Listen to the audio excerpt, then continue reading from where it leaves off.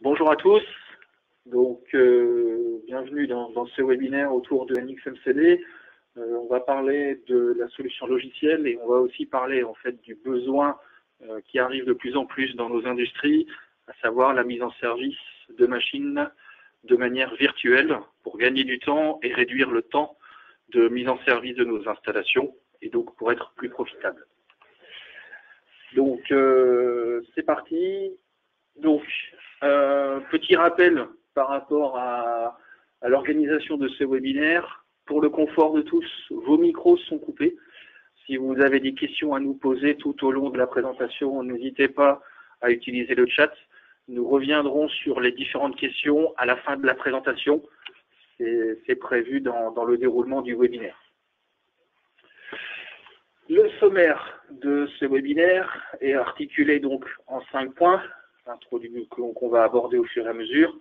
Vous les avez à l'écran. Il va y avoir des éléments à travers des slides et il va y avoir quelques démonstrations dans le logiciel en tant que tel pour avoir une approche la plus complète possible dans le cours de ce webinaire. Donc, l'environnement sur lequel on travaille avec notre jumeau numérique dans cette solution, c'est bien l'environnement de la machine de production en tant que telle. Et à l'inverse, on ne travaille pas dans un environnement d'une ligne de production ou d'un flux produit ou voire d'un jumeau numérique de produit qui peut être sorti d'une ligne de production chez un utilisateur final. Ici, par exemple, on voit bien que dans la vidéo, on est sur une machine de remplissage de flacons avec la mise en place du bouchon à la fin du remplissage.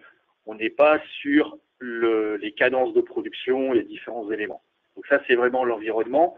Sur la vidéo, vous voyez bien la partie mécanique avec laquelle on travaille. Sur la droite, on aborde le côté automatisme, puisque ces machines sont bien sûr des machines automatisées, qu'on voit à différents niveaux ou à travers les différents matériels. C'est que on peut s'appuyer sur tous les matériels d'automatisme disponibles sur le marché. Alors, la solution est liée et distribuée par Siemens, donc bien sûr on communique avec les matériels Siemens, mais pas que, on peut communiquer avec les matériels Allen-Bradley, Omron, Schneider ou autres si besoin. On y reviendra dans le webinaire. L'idée, c'est bien, à travers le jumeau numérique, d'apporter du gain dans le temps de mise en service et dans le développement. Donc pour ça, on va réaborder ensemble de manière générique le cycle de développement d'une machine. C'est souvent dans la phase d'ingénierie décomposé en 4 modules. Un module de concept, on fait une étude, une validation conceptuelle de la machine. Ensuite, on arrive à l'étape de construction mécanique, puis les plans électriques et enfin l'automatisme. Derrière ça, on arrive à la phase de mise en service qui est réelle pour relier les 3 éléments et enfin la phase de production. Donc ces éléments-là sont le cycle, on va dire, traditionnel de développement d'une machine. Avec une approche mécatronique, on va pouvoir améliorer en fait cette approche. Et du coup, on va réduire le temps de mise sur le marché. Donc on sera capable de livrer une machine plus rapidement, de dépenser moins de temps et donc moins d'argent pour mettre en production une installation. Et on sera aussi capable de livrer plus vite une installation pour que notre client travaille plus vite. Donc l'approche, c'est l'approche optimisée. Elle se structure de la manière suivante, c'est-à-dire que le développement mécanique, électrique et le développement de l'automatisme vont être faits en fait en parallèle, avec bien sûr des échanges entre les différentes entités. Et comme ils se déroulent en parallèle, eh bien, on arrive plus rapidement à la phase de mise en service, qu'on est même capable de décomposer en 2 parties, une mise en service virtuelle et une mise en service réelle, qui du coup est plus courte. Et donc on arrive à la phase de production plus rapidement. Le temps de mise sur le marché est donc réduit. Et la suite de ce webinaire va justement vous présenter comment est-ce qu'on peut arriver en fait à travailler de cette manière dans le cycle de développement et on abordera aussi les gains que vous pouvez en retirer à différents niveaux. Donc, cette approche et cette optimisation du cycle de développement porte un nom, c'est l'approche dite mécatronique, c'est-à-dire qu'on traite les trois domaines, mécanique, électrique et automatisme, en même temps. On va pour ça nous s'appuyer sur un outil qui s'appelle NXMCD, qui va permettre la numérisation des comportements physiques de la machine et aussi la numérisation des automatismes. On va du coup pouvoir valider les lois de commande, vérifier les risques de collision pour la partie mécanique. On va aussi pouvoir valider le programme automate et l'interface homme-machine, appelée ici IHM, côté automatisme. L'objectif est du coup d'avoir une étroite collaboration entre les différents bureaux d'études, qui sont rappelés ici, mécanique, automatisme et électrique.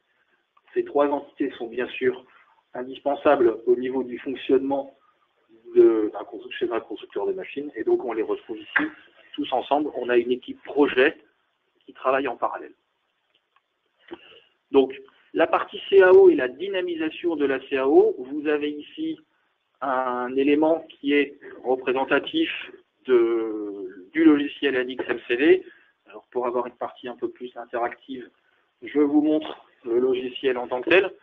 Dans ce logiciel, qu'est-ce qu'on va retrouver? En fait, on va retrouver d'abord la partie mécanique en tant que telle d'une machine, que je ferai tourner à la fin pour cette machine-ci. Mais ici, vous retrouvez les différentes entités de la machine.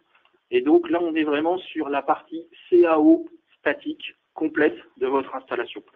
Et cette CAO statique, on va la rendre dynamique en lui appliquant différentes règles.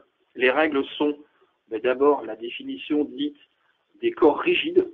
On va par exemple ici prendre le carrousel en tant que tel. Et cette entité-là, qui est ici mise en orange, va être un élément qui va bouger et qu'on va piloter. Donc la première chose qu'on doit lui définir, en fait, c'est le fait que c'est un corps rigide et donc il va subir la gravité. Pour garder un contrôle sur cette gravité, on va définir des règles et des articulations. Là, en l'occurrence, on a une articulation charnière puisque le plateau va être rotatif et on va contrôler le déplacement en position ou en vitesse de cet élément mécanique mobile. Une fois qu'on a réglé ces éléments-là, on a défini dans la CAO statique des éléments qui permettent de la rendre dynamique. Il nous reste un interfaçage à faire ou à prévoir vers le monde de l'automatisme. C'est la suite de l'élément. Je reviens ici sur la partie de la présentation. On va y revenir juste après pour la suite sur la partie automatisme. Et donc, sur une CAO statique qui est développée par le bureau mécanique, la dynamisation se fait assez rapidement selon les différents éléments et les différents organes. Petite remarque au passage, MCD, c'est l'environnement NX, qui est Siemens, mais on est aussi capable de récupérer des éléments et des modèles qui viennent de différents logiciels comme Solid Edge, SolidWorks, CATIA. On est aussi capable d'utiliser des fichiers STEP, qui sont des formats standards, ou des fichiers parasolides, qui sont eux aussi des fichiers standards, mais plus riches que des fichiers STEP. L'étape suivante, c'est donc ici vous retrouvez dans le PowerPoint les différents éléments que je vous ai évoqués. L'étape suivante, en fait, c'est de faire la connexion et la communication avec les différents automates.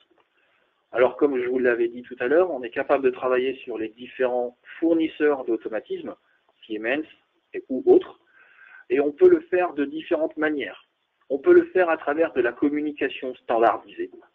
Donc, on va utiliser des protocoles OPC, OPC-UA, puisque pour OPC-UA, NXMCD est client OPC-UA. On sera donc capable d'aller chercher des informations dans les automates qui sont serveurs OPC-UA. On peut aussi communiquer avec le protocole de communication TCP. Là aussi, on garde un mécanisme client-serveur. On est donc capable de relier les deux environnements. La partie logique, partie mécanique est dans une approche logicielle, la partie automatisme est dans une approche matérielle.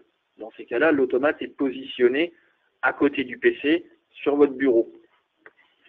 Petite parenthèse, on est aussi capable chez Siemens de communiquer avec d'autres éléments comme des éléments C-Motion ou C-numérique, qui sont des automates ou des systèmes automatisés particuliers. Point particulier autour de la solution Siemens, on est capable, depuis les 71500, de virtualiser l'automate. Et dans ces cas-là, on utilise le PLC Sim Advance. Donc PLC Sim, pour ceux qui ne connaissent pas, c'est un simulateur d'automate sur l'ensemble des gammes de la gamme Siemens. Le PLC Sim Advance permet pour les automates S7100 d'y ajouter des fonctions de communication interautomate, communication avec les pupitres, ou également de la communication avec NXMCD. C'est ce qu'on utilise et c'est ce qui est présenté sur ce slide. Ça permet d'avoir un jumeau numérique qui relie donc la partie mécanique et la partie automatisme, complètement logiciel sur votre PC. C'est le cas que moi j'ai sur mon PC. Je vous présente les différents logiciels. NXMCD, je vous l'ai montré tout à l'heure. La partie automate, elle est ici en termes de simulateur d'automate. Donc là, j'ai bien mon PLC Sim Advance. On va le ranger par là pour l'instant. La CAO, on va la mettre là. Et le troisième élément que j'utilise, en fait, c'est mon interface homme-machine qui est, elle aussi, émulée sur mon PC. Donc je retrouve les trois éléments qui sont nécessaires pour piloter la machine. J'ai la partie mécanique, j'ai l'automate et j'ai l'écran de pilotage. Le tout sur mon PC. Et à la fin de la présentation, je vous montrerai ce qu'on peut en faire et comment on peut capitaliser de l'expérience et mettre en service une machine avec ces éléments. Je continue sur la présentation. Justement, c'est l'exemple en live au niveau du système. Donc, on avance, je reviens sur mes éléments. Alors, la première chose qui est importante, quand on fait une mise en service d'une installation, c'est en fait de contrôler les différents éléments et de prendre le contrôle de tous ces éléments-là. Donc, ici, dans la partie NX, je vais lancer ma simulation. Mon automate en tant que tel, je l'utilise. Il est en run, tout va bien. J'en ai pas plus besoin que ça. C'est comme si dans une machine réelle, il était dans l'armoire. On n'a pas besoin d'ouvrir l'armoire pour faire une mise en service. Et donc, je prends l'écran de contrôle de mon installation. Et avec cet écran de contrôle, je vais pouvoir tester différentes choses, notamment, bien sûr, depuis la page d'accueil, avoir l'état de ma machine et de mon installation. Et donc ici, juste pour vous décrire un peu la machine, on a en fait un tapis transporteur qui ramène les boîtiers gris de la droite vers la gauche. On a un préhenseur qui va venir sur le carrousel prendre différents boutons et les positionner dans le boîtier. Donc ça, c'est le cycle automatique qu'on va décrire et qu'on va tester. Ce qu'on va juste vérifier avant, c'est que dans la phase de mise en service, eh bien, on peut piloter l'installation en manuel. Donc pour ça, je travaille sur mon interface homme-machine. J'ai accès aux différents menus. Donc déjà là, de manière simple, dans la solution d'automatisme Siemens, je peux tester mon pupitre par rapport à mon automate. Je navigue dans les différentes pages. Et je peux donc faire des déplacements au niveau de mon installation. Et l'intérêt, c'est que la CAO qui est connectée ici, eh bien, en fait, elle va suivre. Là, tac. Vous pouvez le voir sur la partie droite de l'écran. L'axe se déplace ici, comme je le souhaite, et donc dans les différents modes de contrôle, puisque je travaille en position, quand je lance mon déplacement, je me déplace à une position bien précise. Donc ça veut dire quoi? Ça veut dire que sur l'écran de mon installation, je peux vérifier que je remonte bien les bonnes données. Et je peux aussi vérifier sur mon fonctionnement que je pilote bien et que je contrôle de manière cohérente les différents axes. Alors je l'ai fait sur l'axe X, je vais le ramener à 0 pour le remettre en position initiale. Je peux bien sûr faire le même genre de vérification sur l'axe vertical, avec des valeurs plus ou moins cohérentes, bien sûr, pour valider les courses. Et là, j'ai un défaut parce que mon système n'a pas pris l'origine. Et tac, je fais le déplacement. voyez, tout simplement, dans cette logique, dans cette séquence que je viens de faire, j'ai voulu lancer un déplacement alors que mon axe n'était pas référencé. Le système, de manière cohérente, l'a vérifié au niveau de la mécanique, au niveau de l'automatisme, et me l'a affiché à travers le petit voyant rouge qui est apparu ici, sur mon interface machine. C'est très simple et ça permet de valider l'ensemble des éléments. C'est déjà un premier intérêt que vous pouvez récupérer d'un jumeau numérique de machine.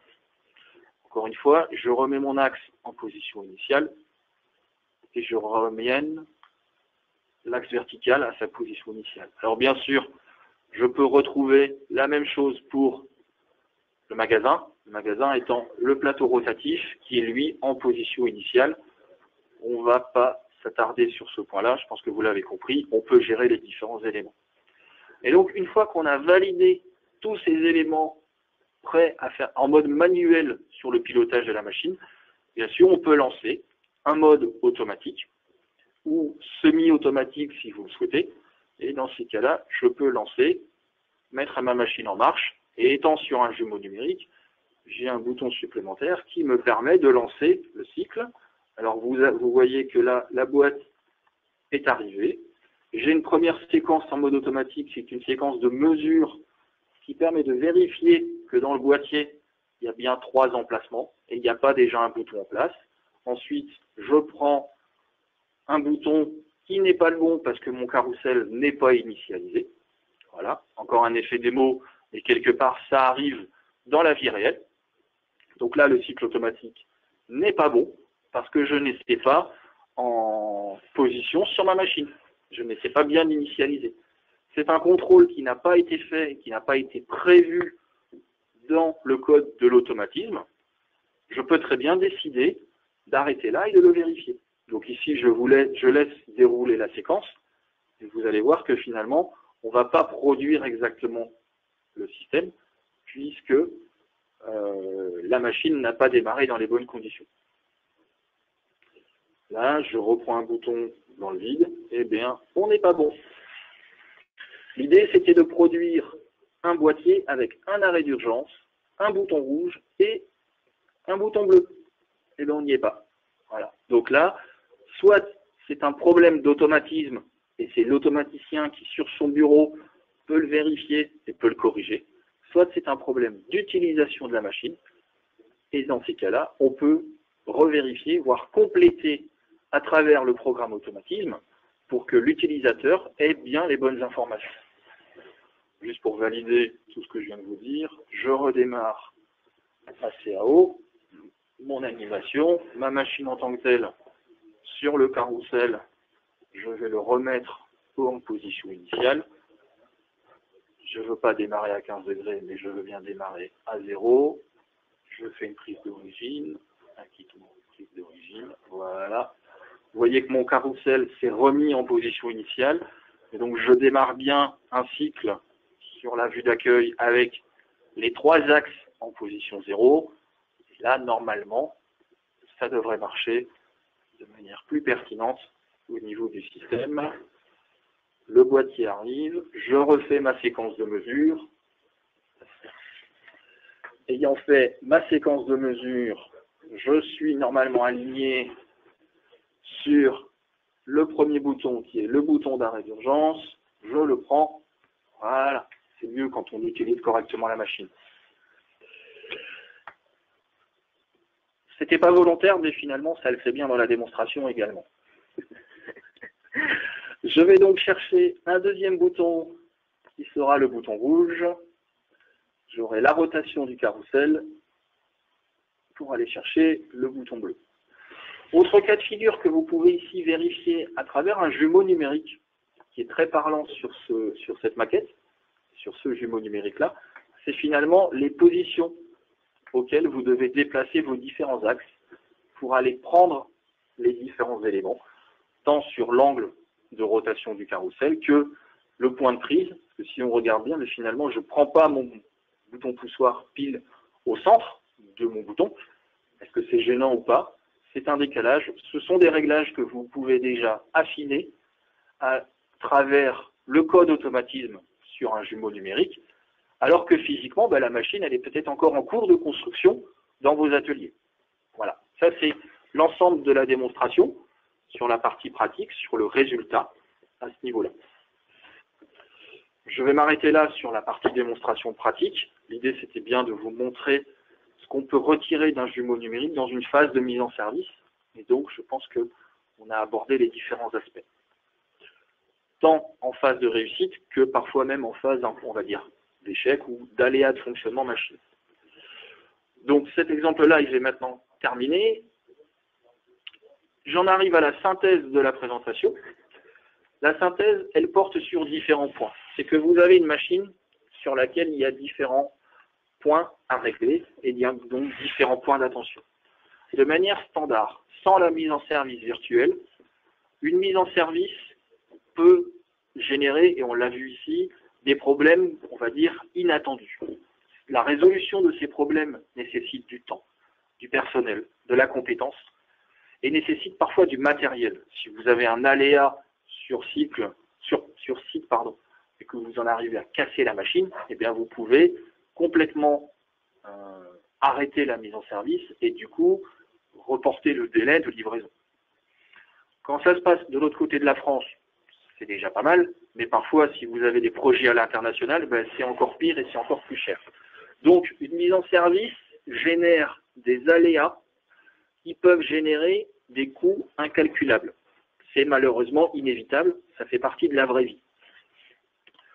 Une mise en service virtuelle de la machine peut vous apporter des solutions dans ces différents cas de figure. Pourquoi? Parce qu'en fait, vous pouvez faire cette mise en service dans vos locaux, avec les meilleures personnes disponibles dans vos locaux et pas à l'autre bout de la planète.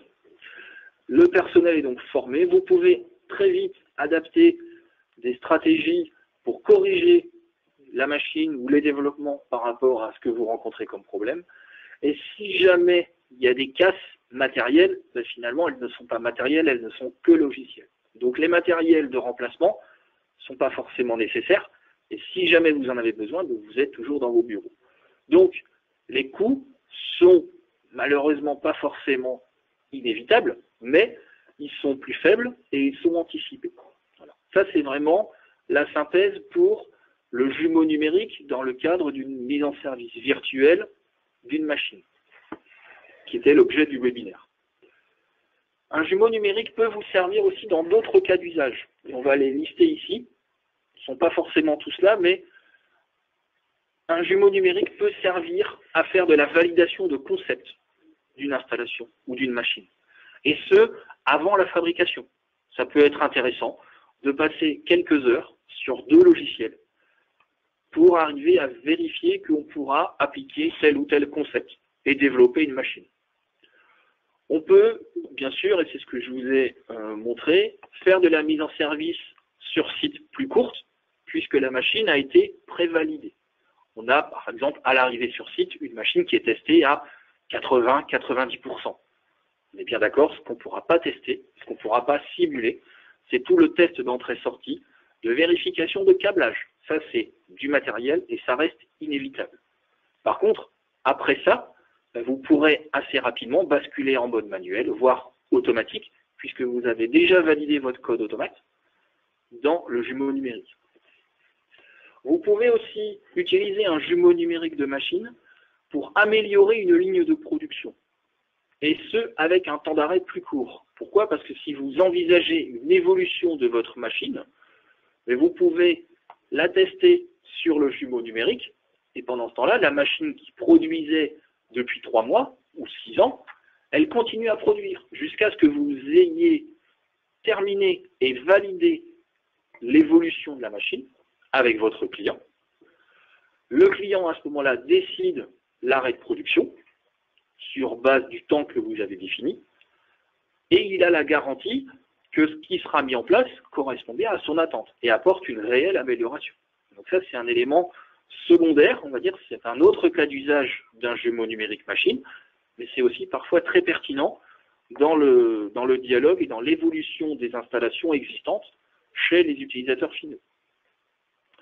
Enfin, un jumeau numérique peut aussi servir à former des opérateurs de la machine. voire former des automaticiens, puisque vous avez sous forme logicielle des éléments qui permettent d'appréhender les différents concepts d'automatisme et qui permettent aussi d'apprendre à piloter l'installation et la machine sur laquelle l'opérateur ira travailler la semaine prochaine, une fois qu'elle sera mise en service. Voilà, ce sont les différents cas d'usage. Je les ai développés de manière succincte. S'il faut revenir sur ces points-là, n'hésitez pas à nous poser des questions.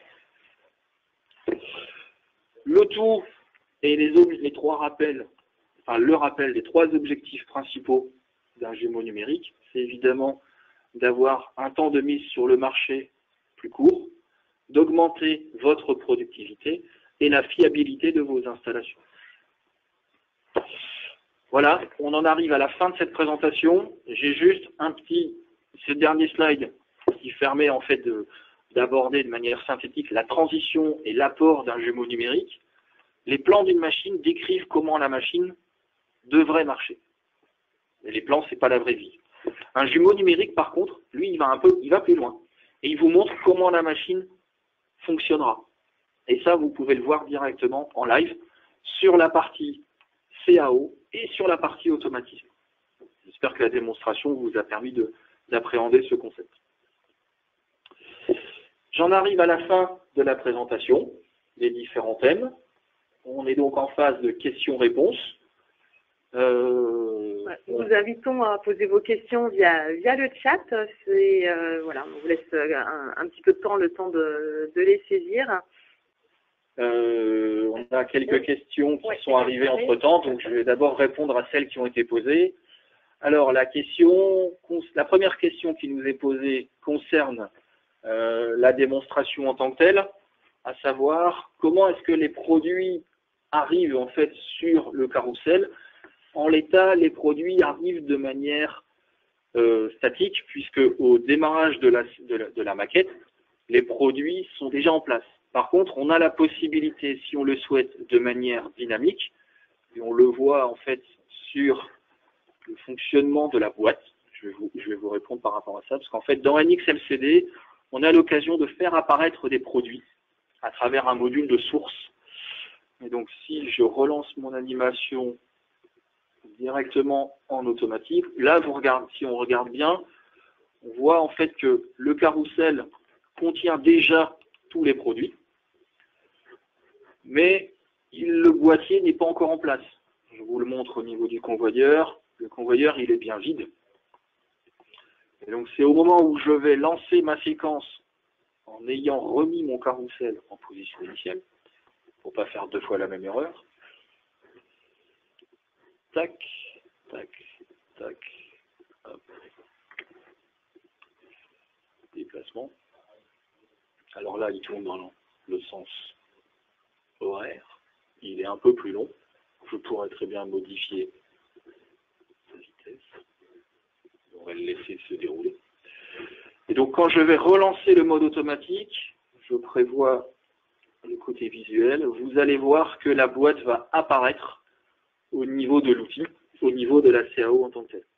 Ce sont des éléments importants pour tout ce qui est mode automatique et séquence, et ainsi de suite, puisque la machine en tant que telle a des produits en entrée et des produits en sortie. Voilà, donc mon magasin, alors n'est pas encore revenu à zéro. Je termine la course pour qu'il soit bien à zéro. Et je vais pouvoir basculer. Pardon, ça y est, je suis à zéro.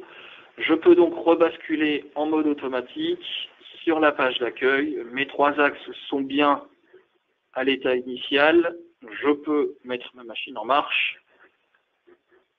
Mon système termine de se déplacer. Il bouge encore. Voilà, je suis bien aligné. Et donc, je vais lancer la séquence et vous allez voir le boîtier, il va apparaître entre guillemets tout seul.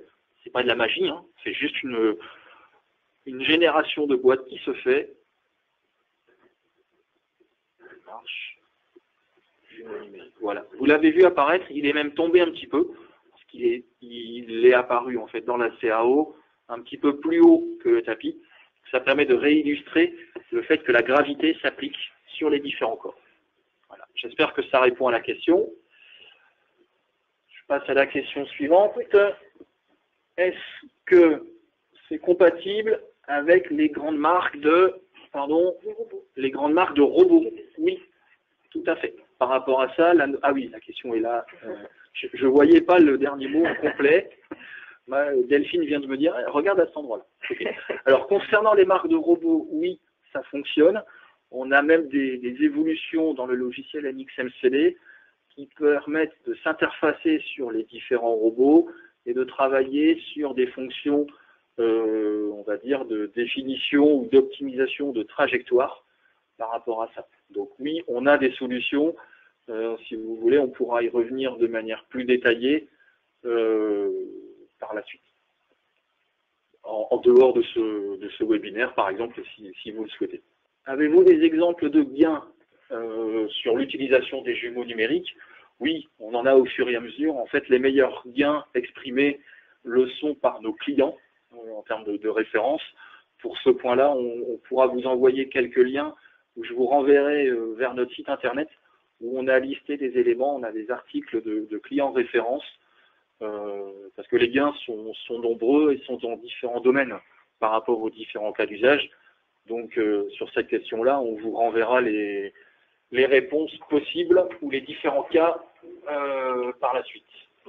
Et ça répondra à la question suivante, c'est que oui, de toute façon, nous allons pouvoir vous renvoyer le lien du replay de ce webinaire et nous vous enverrons les différents éléments avec, notamment au niveau des gains et le lien vers davantage d'informations sur notre site web. Combien de temps peut prendre le développement du jumeau numérique sous NX à partir d'une machine développée sous SolidWorks? Alors, sous SolidWorks, vous avez la machine en statique. L'import de cette CAO statique dans NX est faisable. Je vous l'ai montré dans le webinaire. Hein. Je l'ai déjà fait pour certains clients.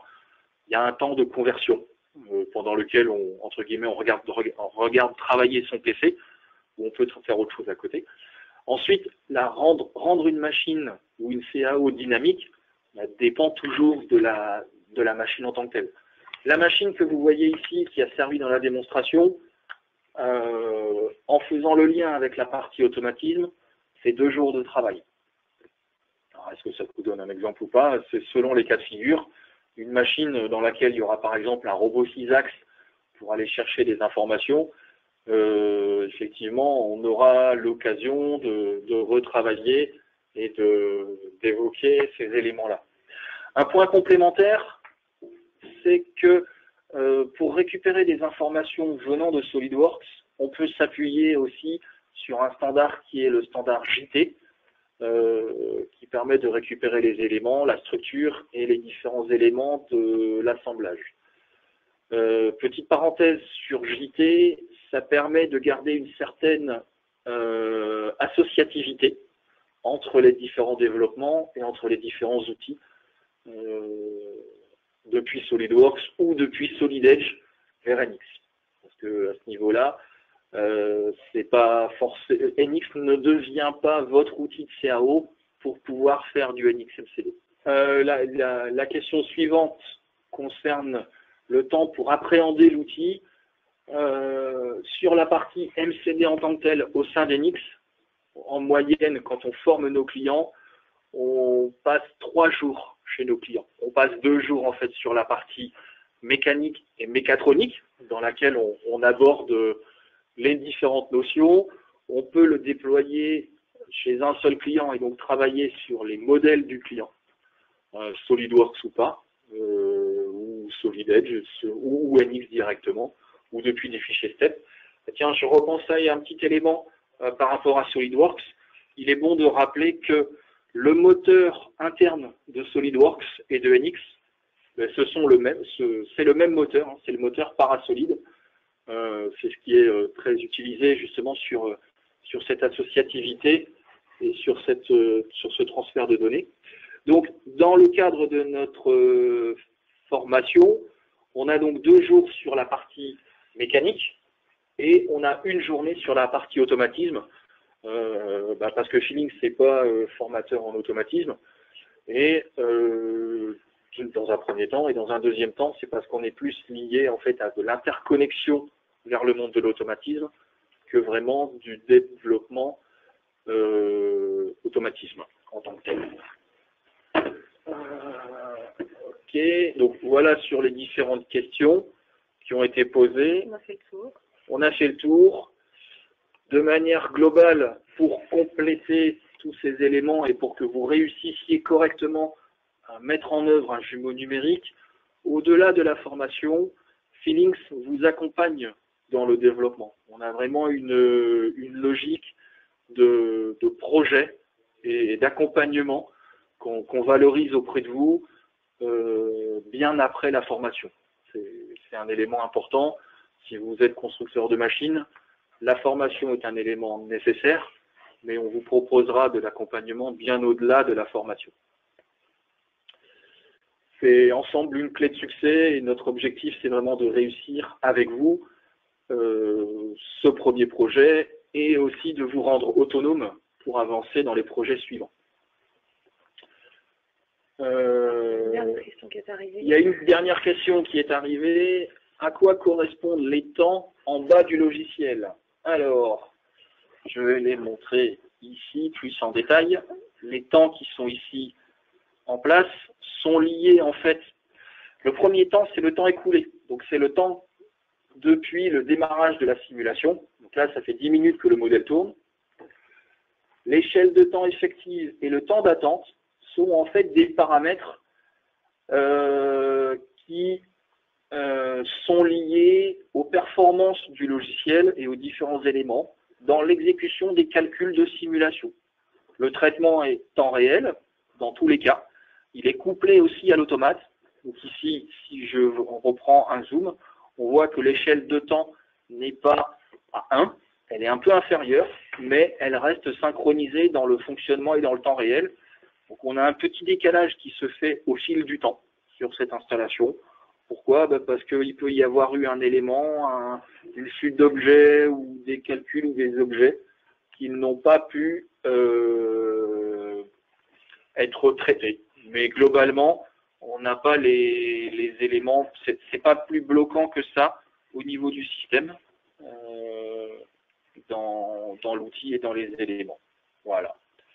Ça, c'est lié à tous ces éléments-là. C'est des éléments sur lesquels on revient dans les formations et dans les éléments. De toute façon, voilà, n'hésitez pas à revenir vers nous ultérieurement. Si entre-temps, voilà, vous avez d'autres questions qui vous viennent, nous sommes à votre disposition pour y répondre. Très bien. Voilà. Eh bien, si vous n'avez plus d'autres questions, on va terminer le webinaire ici. Delphine et moi vous souhaitons une bonne fin de matinée, une bonne fin de journée bien sûr. Merci à tous. Voilà. Merci à tous. Au revoir. Et puis on vous souhaite de très belles fêtes de fin d'année. Et puis on vous donne rendez-vous début 2020 pour de nouveaux webinaires.